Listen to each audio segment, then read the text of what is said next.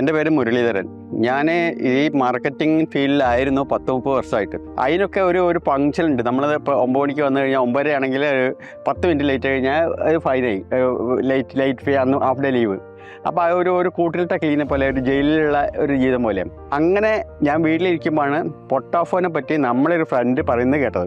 Pottafo earning എന്ന് പറഞ്ഞാൽ 7 മണിക്ക് സ്റ്റാർട്ട് ചെയ്ത് കഴിഞ്ഞാൽ 10:30 വരെ, അത് ഫസ്റ്റ് ടേമാണ്. അത് ബ്രേക്ക്ഫാസ്റ്റ് ഫസ്റ്റ് 12 മണിക്ക് സ്റ്റാർട്ട് ചെയ്താൽ 3 മണി വരെ ലഞ്ചാണ്.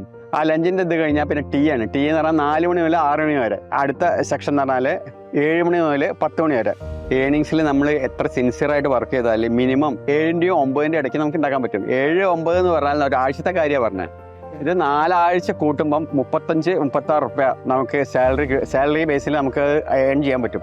ഞാൻ എൻ്റെ അനുഭവം പറയുന്നത്, ഞാനിപ്പോൾ ആകെ ലഞ്ച്, ടീ, ഡിന്നർ ഈ 3 സ്ലോട്ട് എടുക്കാറുള്ളൂ. അപ്പോൾ അത് കണക്കൂട്ടുമ്പോൾ തന്നെ 35 റുപ്യ മിനിമം ഒരു മാസം കിട്ടുന്നുണ്ട്. അപ്പം നമുക്ക് പിന്നെ ആകെയുള്ള ചിലവ് എന്ന് പറഞ്ഞാൽ നമ്മൾ പെട്രോളിൻ്റെ കാര്യമുള്ളൂ. അത് കിഴിച്ചാൽ തന്നെ അതിനിപ്പോൾ ഒരു 5 റുപ്യ നമ്മൾ അങ്ങനെ പോയെന്നാണ്. എന്നാലും നമുക്ക് എത്രയോ ബെനിഫിറ്റാണ്. ഒരു 40 റുപ്യ കിട്ടുകയാണെങ്കിൽ 5 റുപ്യയിൽ പോയാൽ 35 റുപ്യ ഒരു മാസം കിട്ടാറുള്ള മോശമുള്ള കാര്യമൊന്നുമല്ല. അപ്പം പുതിയത് ചേർന്നവർക്ക് എല്ലാ സജഷനെക്കാട്ടും ഏറ്റവും ബെറ്റർ പൊട്ടോഫോ ആണെന്ന് ഞാൻ അഭിപ്രായപ്പെടുന്നു. പിന്നെ നമുക്ക് എന്തുണ്ടെങ്കിൽ നമ്മൾ കാര്യങ്ങളൊക്കെ അവരുടെ അതോറിറ്റീസിൻ്റെ അടുത്ത് കസ്റ്റമർ കെയർ നമ്പറുണ്ട്.